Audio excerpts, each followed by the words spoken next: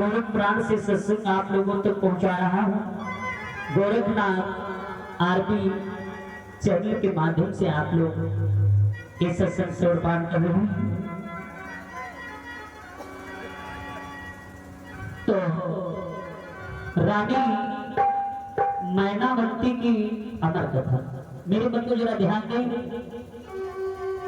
रानी मैनावती की जो अमर कथा में आप लोग ये सत्संग सुनने चल रहे हैं, तो ये ध्यान देंगे कि रानी मैनावती कहाँ की रहने वाली थी। सर्वप्रथम जरा ये ध्यान देंगे मेरे बंधु।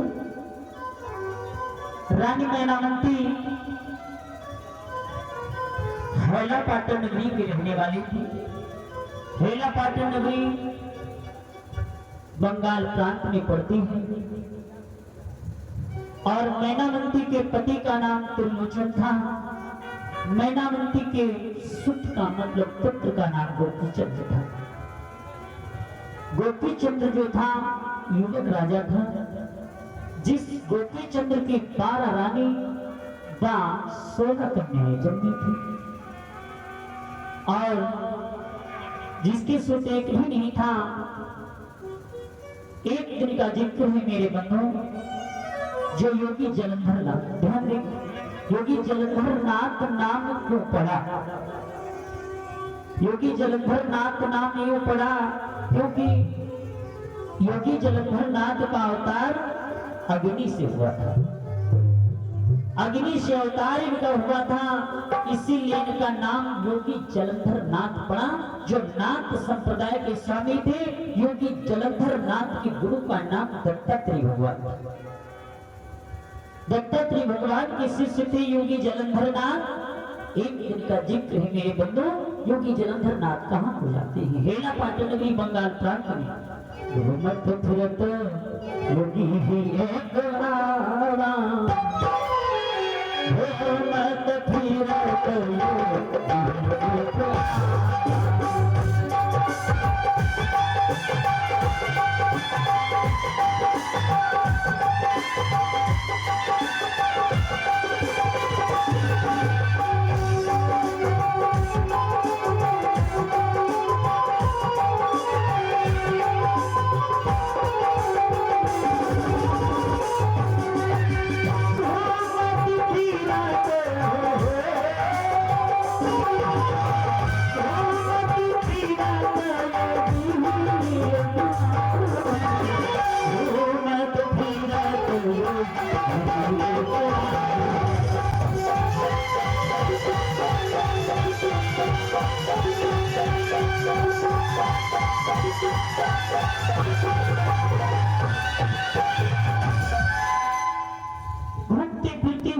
जलंधर नाथ जी महाराज कहाँ पहुंच गए? ध्यान तो मेरे श्रोता बंधु, हेलापाटन नगरी मतलब बंगाल प्रांत में। जब बंगाल प्रांत में पहुंच गए, अपने अंतर मंत्रों का चमत्कार दिखलाना प्रारंभ कर दिया।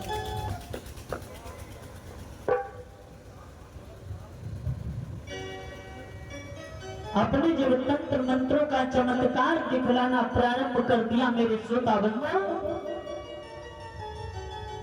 बहुत ही अनुदायी थे, बहुत ही ठाट बाट ले थे योगी गुरु जलंधर नाथ जी महाराज की। जो उनसे दीक्षा लेता था वो अमरत्व के वरदान में जाता था, उसकी काया अमर हो जाती थी।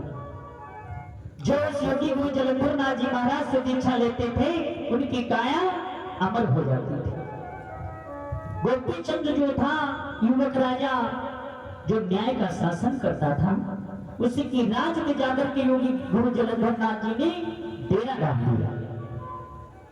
जनता जीवन जान से मोहित होकर के दीक्षा लेने लगी। एक दिन का जिक्र योगी गुरु जलंधर नाथ जी महाराज का दायित्व था गौ की सेवा करना। गौ की सेवा करने का दायित्व था, कर्तव्य था। क्योंकि मेरे मानो एक बात जरा ध्यान से सुनिए, जो मानो कि ग्रह से एक खुराक रोज सुबह व शाम गौ माता के लिए भंडारे से निकलती है, तो जान जाओ उस मानव के घर में 100 प्राणी रोज भोजन करते हैं। गौ माता की सेवा जरूर करना चाहिए। और सम्मान भी करना चाहिए। प्रथम गुरु माता पितृ एवं दधाति। हे मेरे मानव, अपने माता पिता की सेवा करने का बहुत ही सर्वप्रथम दायित्व। दूसरी सेवा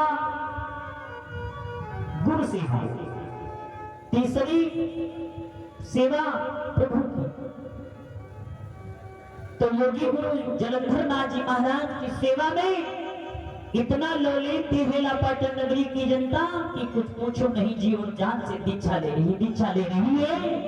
एक दिन का जिक्र है, कौनों के लिए घास काटने के लिए गए थे योगी गुरु जलंधर नाथ। जब योगी गुरु जलंधर नाथ घास काटने के लिए गए और घास का जो उधर माने गट्ठर जो था सर से ऊपर चलता था, मतलब सर से कोई ताल्लुकात नहीं था। जो गट्ठर के योगी गुरु जलंधर नाथ चलते थे उस सर से वो कुछ दूरी बना करके चलता था। इतना बड़ा चमत्कार था गुरु योगी जलंधर नाथ में, नाथ संप्रदाय के स्वामी थे। एक दिन का जिक्र है, राजमाता मैनावती के राजमहलों की ओर उधर गट्ठर जो धरी हुई राजमहलों की ओर आ गई। घूमत फिरत महल न ढिक आवा,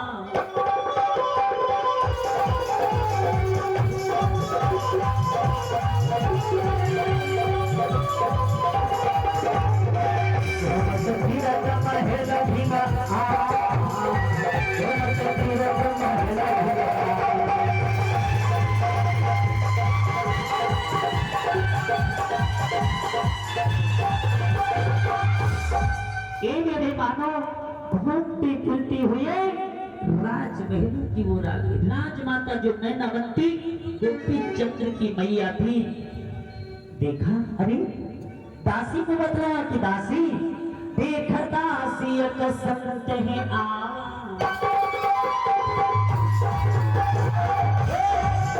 बतलाया दासी से कि सुनो दासी, देखो देख दासी संत है आ, देख दासी संत है आ।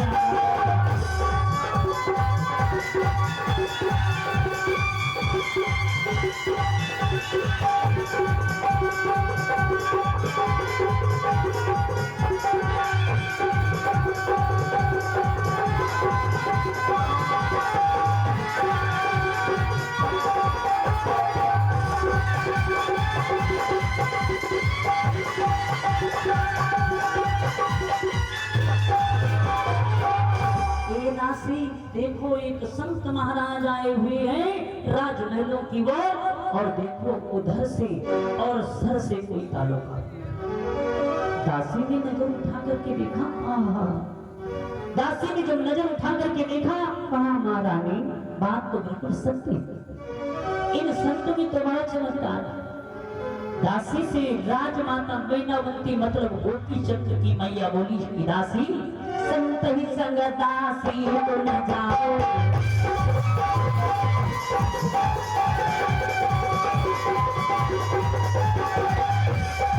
संत ही संग दासी तो न जाओ, दासी स्वांग लौट घर आओ।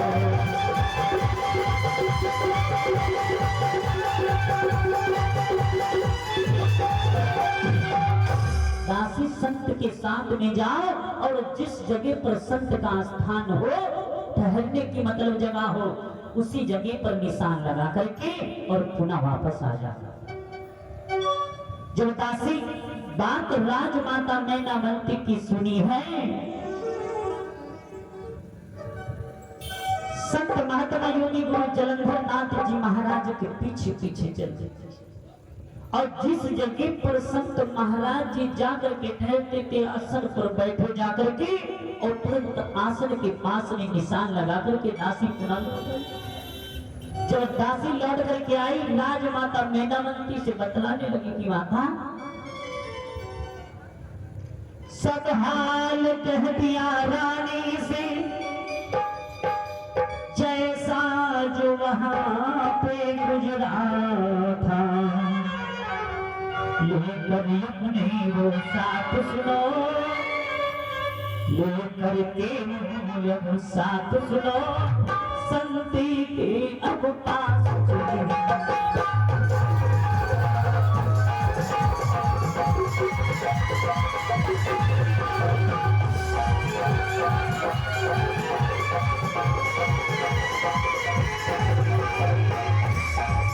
इधर देखिए मेरे बंधु, काशी को लेकर के राजमाता मेधावती योगी गुरु जलंधर नाथ के आसन के पास में पहुंच गई।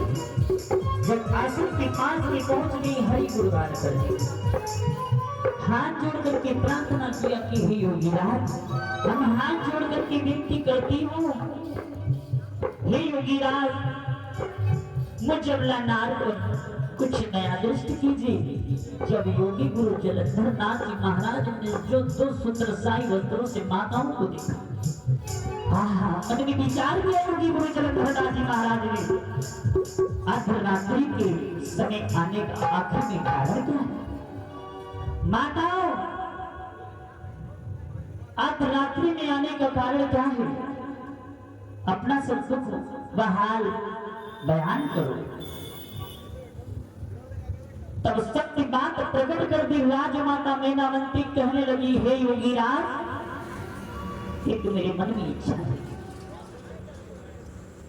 कि विधवा होने के कारण, हे योगी राज, विधवा होने के कारण कटती नहीं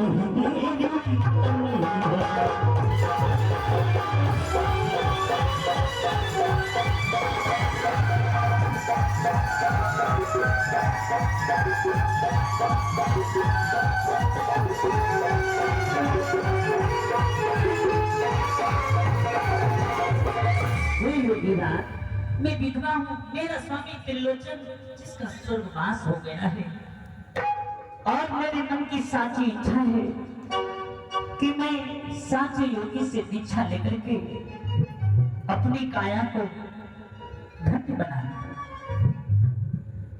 मैं यहाँ के राजा गोपीचंद्र की जननी हूँ, माता हूँ, हे योगी राज।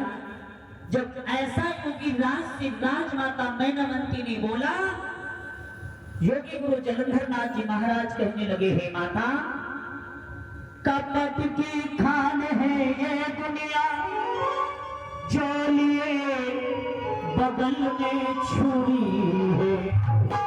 ये जो दुनिया है ये कपट की खान है, ये जो बगल में छुरी लिए हुए हैं, ये ना जाने क्या मेरे और तेरे पर दोष लगा देंगे। दोषों से तुमको और हमको बच के रहना है। माता, हे मेरी माता, जब ऐसा योगी गुरु जलंधर नाथ जी ने बतलाया तो राजमाता मेधावती हाथ जोड़ करके बोली, हे योगी राज, आप तो ब्रह्म ज्ञान है, आपको तो ब्रह्म का ज्ञान है, और फिर भी ऐसी बातें करती हो। जो बुरा काम करता है वो भी इस भय से डरता है। जो बुरा काम करने वाला मानव होता है वही भाव से भय से डरता है। मेरे बंधु, मेरा गुणगान समझो योगी राज कि मैं किस कारण से आया। अमृत रस पान करा दी। योगी राज, मैं किस कारण से आई हूँ ये भी तो जान लो कि अमृत रस पान करा दी जो, और शिष्या अपनी बना।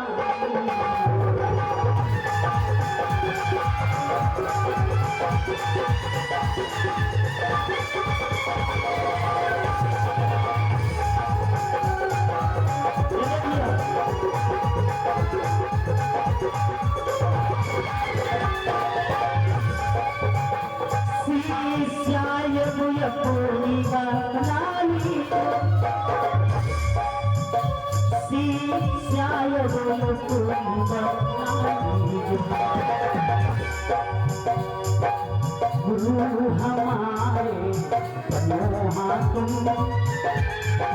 गुरु हमारे बनोहा तुम, और सीता मुझे बना।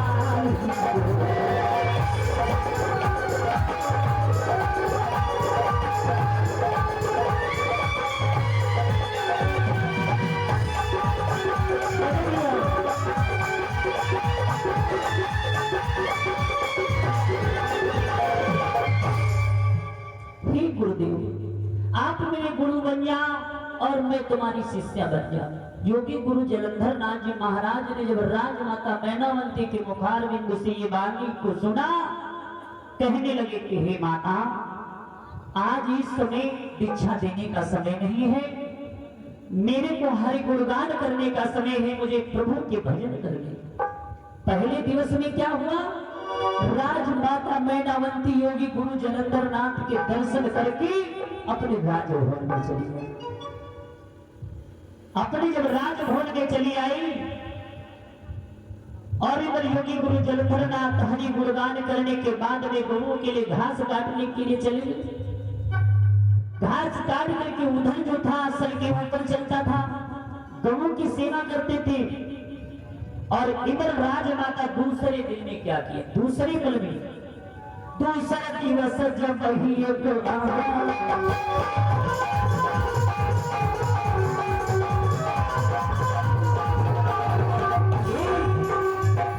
दूसरे दिवस में क्या हुआ, दूसरा दिवस जब ही दूसरे दिवस जब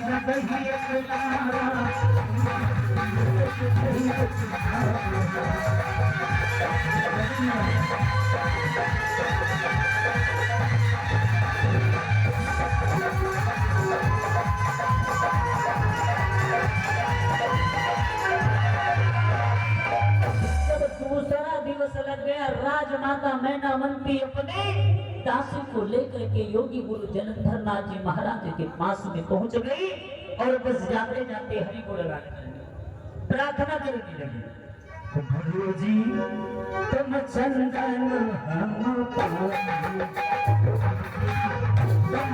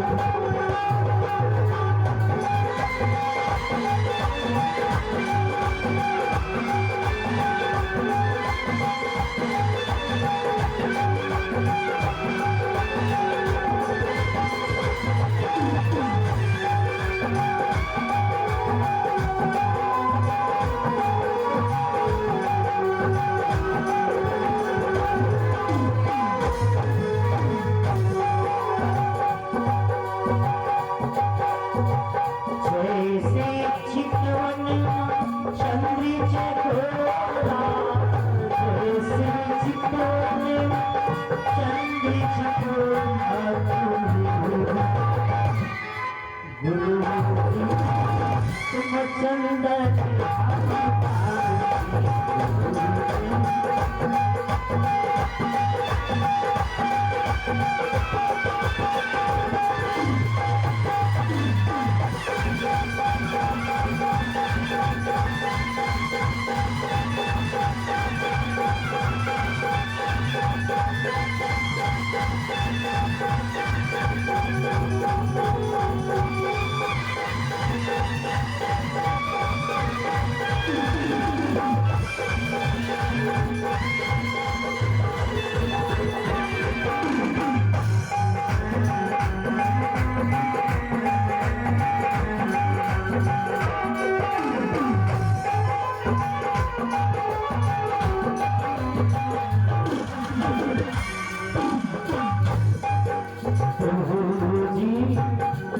मोती हम धागा प्रभु जी तुम मोती हम धागा।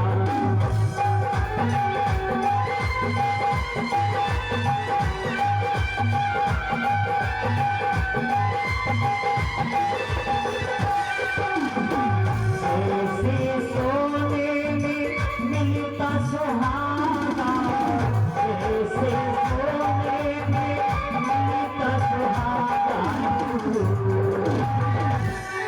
गुरु तुम चंदन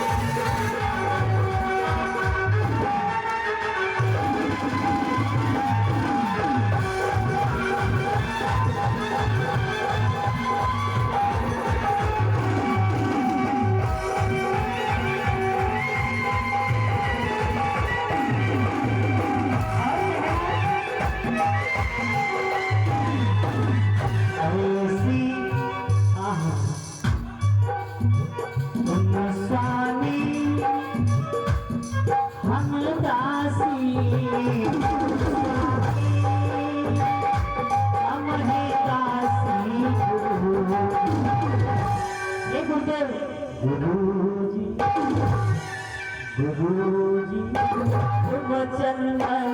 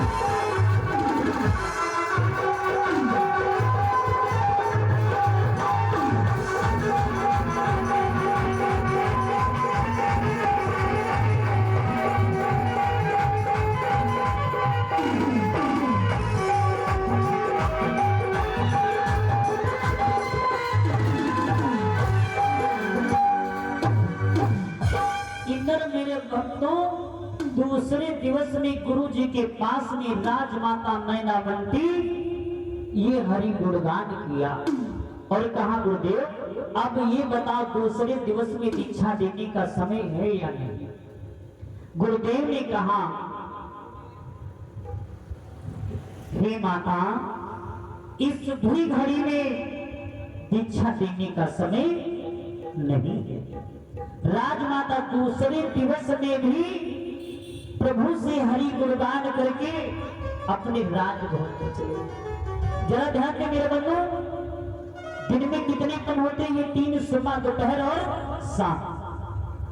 मानो कि ना जाने किस समय मतलब सुबह या दोपहर या शाम 3 पन में ना जाने कौन से पन में भाग्य बदल भाग्य की सराहना करने में प्रभु को दी। जिसने दुख को अपनाया है उसने सुख को पाएगा और दुख ही अब सुख को लाएगा, दुख ही अब सुख को लाएगा, दुख ही अब सुख को लाएगा।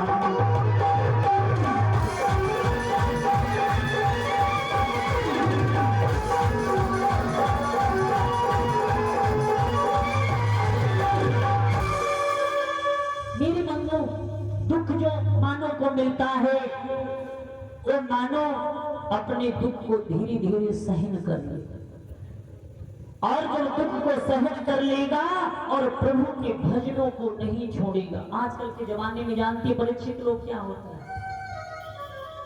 2-4 दिन आराम से शंख बजाया,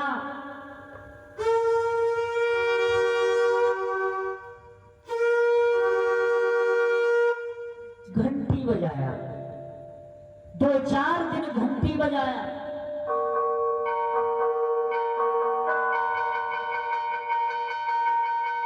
और बस 2-4 दिन प्रभु की पूजा में ध्यान लगाया, और फिर भैया परीक्षित जी, मुन्नालाल जी फिर पड़ोसी को देखने लगे।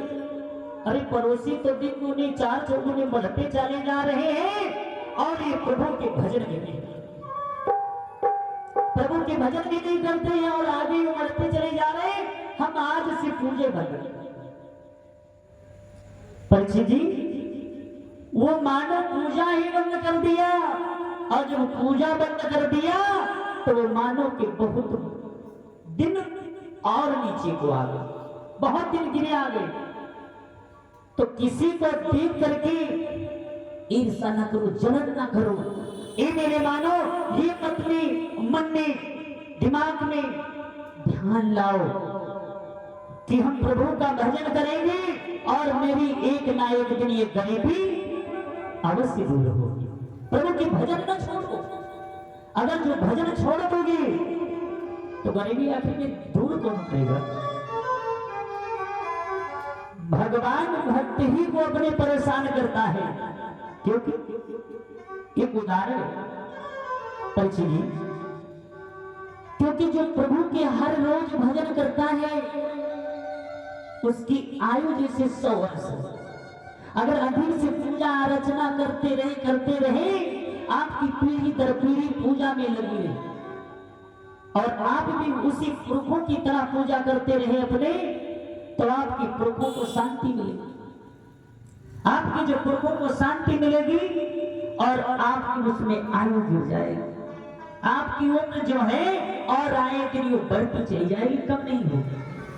और जो पूजा पाठ नहीं करते हैं, भगवान के पूजन में सत्संग में विघ्न बाधाएं डालते हैं, उनकी आयु 100 साल की होती है, धीरे धीरे कम होती चली है। 100 साल की हुई और 50 साल में अकाल मौत हो। जब 50 साल में अकाल मौत हो गई तो कहते हैं यार क्या करें, डैडी पापा मम्मी तो ये तो आधी उम्र में चले गए। अब ये देखो, क्योंकि वो आधे उम्र में चले गए और तुम उनको देखते ही देखते प्रभु के भजन करते करते अपने 100 साल की उम्र पूरी कर। राजमाता का यही दायित्व था, संतों की सेवा संतों की सेवा करना दायित्व था। और अंदर संत परीक्षा में लगे कि देखेंगे ये कितना मेरी पूजा अर्चना करती है। प्रभु भगवान जो है वो भक्त की परीक्षा लेते हैं, खूब अपनी पूजा करवाते हैं, खूब इसमें श्रावण मास में भोले बाबा के ऊपर बेलपत्री अक्षत दूध इतना डाला जाता है, इतना डाला जाता है कि भोले बाबा को एकदम से बेलपत्री और अक्षत और दूध से एकदम और इधर मेरे भगवत में राजमाता प्रभु से हरि गुणगान करके अपने घर को चली गई। योगी गुरु जलंधर नाथ जी महाराज ने गवों के लिए घास काटने के लिए,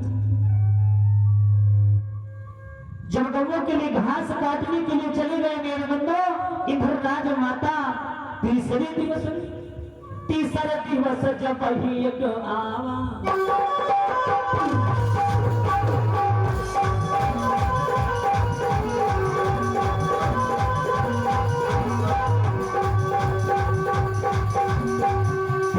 दिवस जब ही एक लागा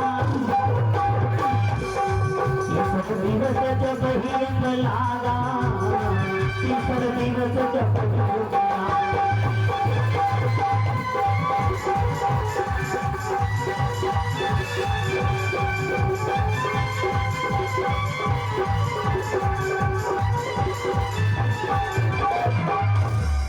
तीसरा जब दिवस राजमाता मैनावंती को लग गया, दासी को फिर लेकर के तीसरे दिवस गुरु के पास में आ गई। गुरु से हाथ जोड़ करके कहने लगी, गुरुदेव अब इस समय देखो दीक्षा देने का समय है। गुरुदेव ने अपने माथे को धड़काया। एक बात इस जगह पर ध्यान दें, कोई भी मानो अगर कोई चीज वस्तु अगर भूल जाता है तो एक बार परीक्षित जी अपने मत्थे पर जरूर एक बार थोड़ा सा जोर लगाता है। हाँ ये बात आ रही। गुरु जी ने मैंने विचार किया कि अब दीक्षा देने का समय है। दीक्षा देने का समय है। और इधर योगी गुरु जलंधर नाथ जी महाराज ने स्वर्ण मुद्रिका कंठ में ग्रहण कर दिया, दीक्षा दे दी। दीक्षा दे योगी गुरु जलंधर ने शिष्यालियो बनाई है। अपनी शिष्या बनाने जब राजमाता को शिष्या बना लिया और जब इधर राजमाता को जैसे दीक्षा मिल गई योगी गुरु जलंधर नाथ जी महाराज से, और जब नजर उठा करके ऊपर को देखा, राजमाता ने जब नजर उठा करके ऊपर को देखा तो उनको ब्रह्मलोक दिखने लगा। जब ब्रह्मलोक दिखने लगा, राजमाता मैनावंती मन में विचार किया, आज तो मेरी काया लगता है मुझे अमरतों का वरदान पड़ गया। योगी गुरु जलंधर नाथ जी महाराज बोले, हे शिष्या ऊपर की ओर क्या देख रही हो? योगी गुरु जलंधर नाथ जी महाराज हंस करके बोले, शिष्या ऊपर को क्या देख रही हो? राजमाता मैनावंती कहने लगी, हे गुरुदेव मुझे तो ब्रह्मलोक दिखने लगा। इधर जब राजमाता की काया अमरतों का वरदान पा गई, आज बंगाल अमर भाई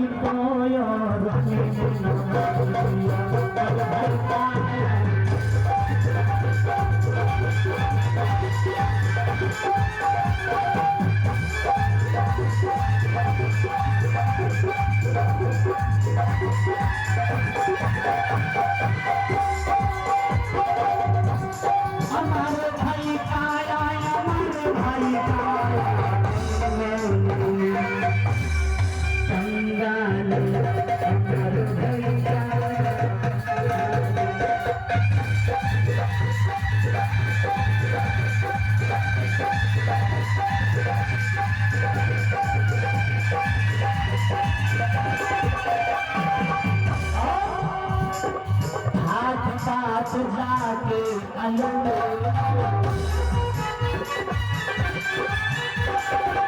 हाथ बात जाके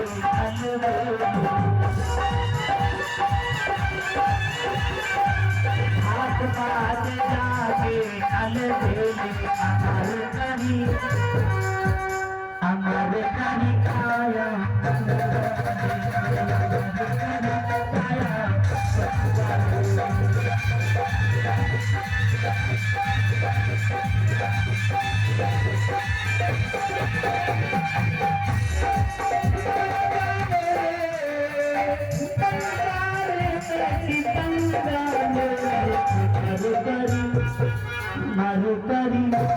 अमर करी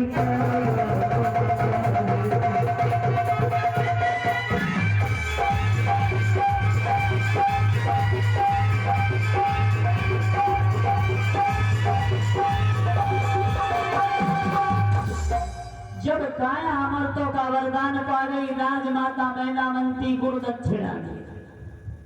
जानते जब दीक्षा लेनी चाहिए गुरु को दक्षिणा भी देना चाहिए। गुरु वस्त्र, गुरु पात्र, गुरु चरण पादुका सब दान में दे दिया। जब दान में दे दिया और राजमाता में नमंती दासी संग महरन ने आई।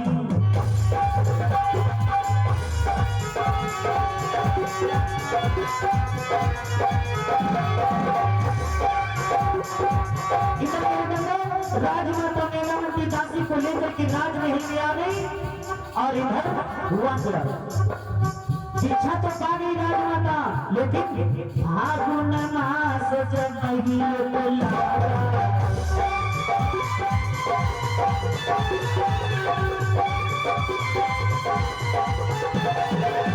फागुन मास जब ही फागुन मास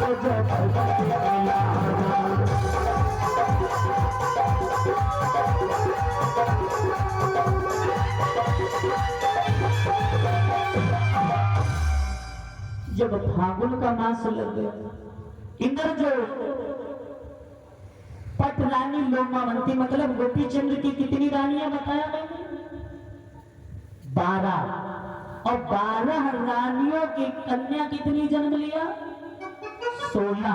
याद रखना, कोई पूछ ले गोपी चंद्र की कितनी रानी है तो बता देना कि 12 रानियां हैं गोपी चंद्र के। 12 रानियों की सुत कितनी हुई? एक कन्या कितनी हुई? 16। राजा गोपी चंद्र की जो 12 रानियों में से जिस पट रानी जो था, पट रानी जो थी जिसका नाम लोमावंती था। लोमावंती पट रानी थी गोपी चंद्र की। अब 12 रानियां किसकी तारीफ करने लगी? सेवा करने लगी, सेवा भाव। ए मेरे मानो, ए मेरी सुहागन माताओं बहनों, नंबर 1 पति सेवा करनी चाहिए। सुहागन माताओं को क्या करना चाहिए? किसी देवी देवता का पूजा ना करें। देवी देवता का पूजन करने से भला नहीं होगा। क्या करें? अपने पति की सेवा करें, पति पूजा करें, पति पूजा करें। कोई प्रकार का दुख परेशानी उस सुहागन माता को नहीं आएगा। सुबह उठ करके नंबर 1 सबसे पहले अपने पति के चरण स्पर्श करना चाहिए। दूसरी बात ध्यान दो, अपने शरीर से निवृत्त होकर के शुद्ध होकर के भोजन बना करके अपने बच्चों को शिक्षा के लिए भेजना चाहिए। अपने पति को भोजन कराना चाहिए और एक थाल गौ माता, एक ठाकुर जी के लिए निकालना जरूरी है, निभाना घर से। और फिर तीसरी बात, जो सुहागन माताएं हैं एक मंत्र का जाप करें। एक मंत्र वो कौन है? ओम पति परमेश्वराय नमः। और ये कितने बार करना चाहिए? जहां तक कि मेरी आवाज पहुंच रही, हमारी सुहागन माताएं बहनें ध्यान पूर्वक सुन ले इस मंत्र को, भला हो जाएगा। कौन सा मंत्र? ओम पति परमेश्वराय नमः। इस मंत्र को 108 बार जाप करें हर रोज 24 घंटे में एक बार। अगर एक बार जाप करती है तो घर में दरिद्रता की बात नहीं आएगी।